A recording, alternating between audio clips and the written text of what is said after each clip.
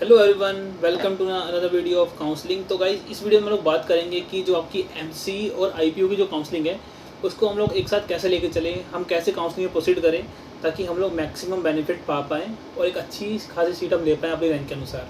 तो गाइस देखिए, जब हम फर्स्ट टाइम काउंसलिंग करा रहे होते हैं तो हमारे मन में बहुत सारे डाउट्स होते हैं कि यार कि आईपीयू की काउंसलिंग और एमसी की काउंसलिंग साथ में ना हो जाए, क्या आईपीयू की ज़्यादा बाद में ना हो, एमसी की पहले ना हो।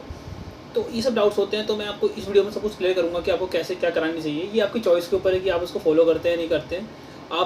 मैं आपको 3-4 केस लेके बताऊँगा, देन आप सोच लीजिएगा आपको कौन सा वाला केस आपको प्रेफर करना है ना, कौन सा सिनेरियो आपका बनता है। तो इस वीडियो के थ्रू हम पूरी बात करेंगे इस चीज़ के बारे में, आपके सारे डाउट्स इसमें क्लियर हो जाएंगे।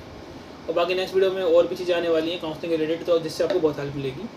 तो चलिए बात करते हैं इस बारे में। तो सबसे पहली बात है एमसी काउंसलिंग और आईपीयू काउंसलिंग। जो एमसी काउंसलिंग है उसके अंदर आपके दिल्ली के लाइक डीयू कोटा के कॉलेजेस आते हैं और आईपीयू कोटा के 2 कॉलेज आते हैं, आरएमएल और बीएमएमसी, जिसे मैंने आपको बताया था। तो आईपीयू कोटा में कौन से आते हैं? आईपीयू में बीएसए, एनडीएमसी एंड एसीएमएस आता है।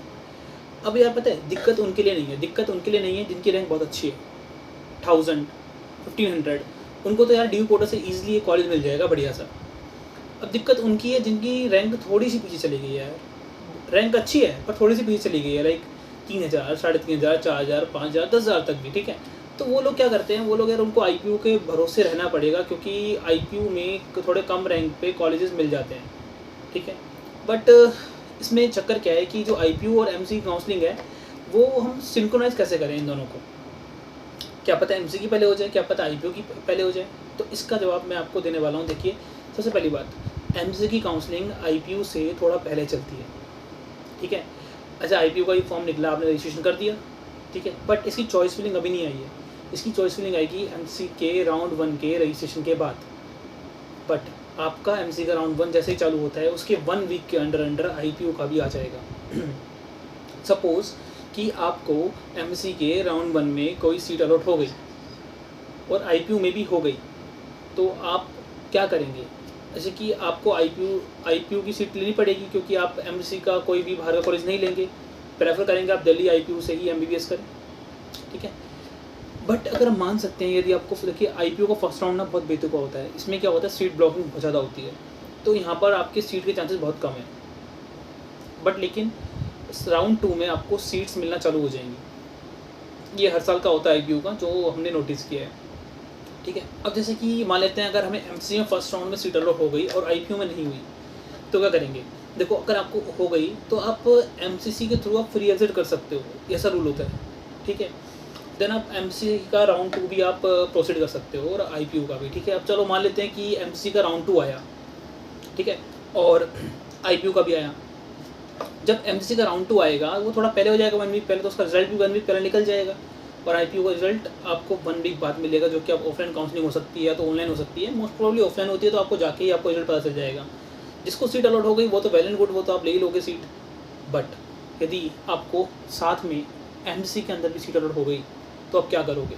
तो आप एमसीसी वाली सीट को प्रॉपरली आप छोड़ सकते हो, कोई दिक्कत नहीं होती। जिन लोगों ने फर्स्ट राउंड में सीट मिली है, जिन्होंने अपग्रेड किया है सेकेंड राउंड के लिए, अगर वो सीट उसको छोड़ते हैं वहाँ से, देन वो लोग आगे काउंसलिंग के लिए एलिजिबल नहीं होते हैं। जिन लोगों को फर्स्ट राउंड में सीट मिली थी, अगर वो फ्री एग्जिट करके दोबारा से रजिस्ट्रेशन करते हैं तो वो आगे काउंसलिंग के लिए एलिजिबल होते हैं एमसी के लिए, अगर वो सीट छोड़ते भी हैं तो क्या करना है आपको कि जो आपको सेकेंड राउंड बहुत अच्छे से फिल करना है, चाहे वो आईपीयू का हो चाहे वो एमसीसी का भी हो। एमसी का राउंड 2 आपको अच्छे से फिल करना है, आपको अपनी चॉइस के कॉलेज डालने हैं। यदि आपको आईपीयू नहीं मिला तो आपको एमसी का एटलीस्ट मिल जाए। बट होता क्या है कि जो आईपीयू के लास्ट जो मोमो राउंड होता है उसके लिए सीटें बहुत कम बचती हैं, लाइक हार्डली जनरल की सीटें बचती हैं और ओबीसी की सीटें बचती हैं और एसटी एसटी की 1-2 सीटें बचती हैं। ईडब्ल्यूएस की सीटें आप भूल जाइए कि बचेंगी, क्योंकि ईडब्ल्यूएस के कैंडिडेट्स भी बहुत कम होते हैं और सीटें भी बहुत कम हैं। लाइक आप आईपीयू और के अंदर बीएसए एनडीएमसी को मिलाएंगे तो 17, 18, 19 सीटें हैं, ठीक है। और कैंडिडेट्स भी बहुत ज़्यादा होते हैं, इसके मुकाबले 30-35 कैंडिडेट्स आराम से मिल जाते हैं आपको अंडर 10,000 12,000 के अंदर, ठीक है।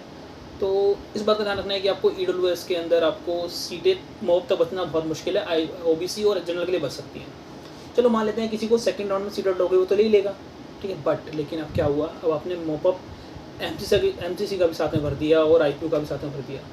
अब क्या होगा? सपोज़ आपको एमसीसी से कोई सीट अलॉट हो गई मोपअप में, ठीक है। अब सपोज़ कि आपको कुछ 20 तारीख को सीट अलॉट हुई है, एग्जाम्पल लेते हैं, ठीक है, और आपकी रिपोर्टिंग टाइम है वो 26 तक, 24 को आपको एक IPO की सीट अलॉट होगी मॉपअप राउंड में जनरल कैटेगरी या फिर OBC SC कैटेगरी से, ठीक है। तो आपने क्या किया कि उस राउंड में आपने IPO की सीट को अवेल कर लिया, तो आप मॉपअप की सीट आसानी से छोड़ सकते हैं, आपको कोई दिक्कत नहीं होने वाली है, आप बस आगे काउंसलिंग के लिए एलिजिबल नहीं रहेंगे, ठीक है। बट मान लेते हैं कि आपको IPO में सीट नहीं मिली, तो आप क्या कर सकते हैं, MCC का रिपोर्ट कर सकते हैं। तो कुल मिला के बात एक सिंपल है कि जो IPO की काउंसलिंग है वो MCC के बाद ही होती है, ठीक है। तो आपको ध्यान रखना है, सपोज़ कुछ लोग मेरे से पूछ रहे थे डाउट में कि भैया अगर हमने सर या भैया तो अगर हमने IPO की सीट छोड़ दी तो क्या हम MCC को प्रोसीड कर पाएंगे। देखो सिंपल सी बात है यार, देखो IPO की सीट आप छोड़ोगे ना तो कोई दिक्कत नहीं है, आप MCC में आगे बढ़ पाओगे, पर आप MCC की छोड़ोगे तो IPO में आगे बढ़ पाओगे, कोई दिक्कत नहीं है। क्या दोनों लेके चल सकते हैं। अगर मैं MCC की सीट छोड़ दी तो क्या होगा, क्या हम MCC को आगे बढ़ा सकते हैं। देखिए मैंने आपको बताया कि आप सेकंड राउंड तक सीट छोड़ सकते हैं, कोई दिक्कत की बात नहीं, पर आपने मॉपअप में अगर आप फिलिंग कर दी तो वो फिलिंग आपकी मॉपअप स्टे तक दोनों तक चलती है। ये लास्ट ईयर तक का रूल था अपना, जो आपको ध्यान रखना है, ठीक है। तो आप IPO और MCC को साथ में लेकर चल सकते हैं, बट आपको रिस्क है, ठीक है। जैसे सपोज़ कि कुछ लोग होंगे बॉर्डर लाइन पे जिनको लग रहा है कि मिल भी सकता है और नहीं मिल सकता, कुछ लोग होंगे वेरी लीस्ट चांसेस वाले, कुछ लोग होंगे चलो BS से NDM से तो मिल जाएगा मुझे, है ना, और कुछ लोग जो होंगे जिनको UCMS और RM में मिलने की उम्मीद है, ठीक है। दिक्कत उन लोगों के साथ है जो लोग बॉर्डर लाइन पे है। क्यों, क्योंकि यार देखो उनको सेकंड राउंड तक IPO में जाना पड़ेगा, एंड तक लड़ना पड़ेगा, और MCC में भी लड़ना पड़ेगा, ठीक है। तो बेसिकली आपको करना क्या है कि आपको जो MCC का सेकंड राउंड है उसमें चॉइस फिलिंग बहुत अच्छे से करनी है कि एटलीस्ट आपको अगर कोई कॉलेज अलॉट होता है तो वो अच्छा सा हो, अगर IPO में ना हो अलॉट तो MCC का कॉलेज आप उठा सको, ठीक है। तो मेरी एक पर्सनल रिकमेंडेशन है, मैं आपको कहना चाहूँगा जिनकी रैंक थोड़ी अच्छी है, जिनको गलती से या फिर हाई मेरिट जाने के कारण IPO नहीं मिलता है, वो प्लीज़ मॉपअप तक वेट करें, क्योंकि सपोज़ कि सेकेंड राउंड में जो सीटें छूटेंगी वो मॉपअप में खाली हो जाती हैं, तो मॉपअप में आपको और अच्छी सीट मिलने की उम्मीद रहते हैं, ठीक है।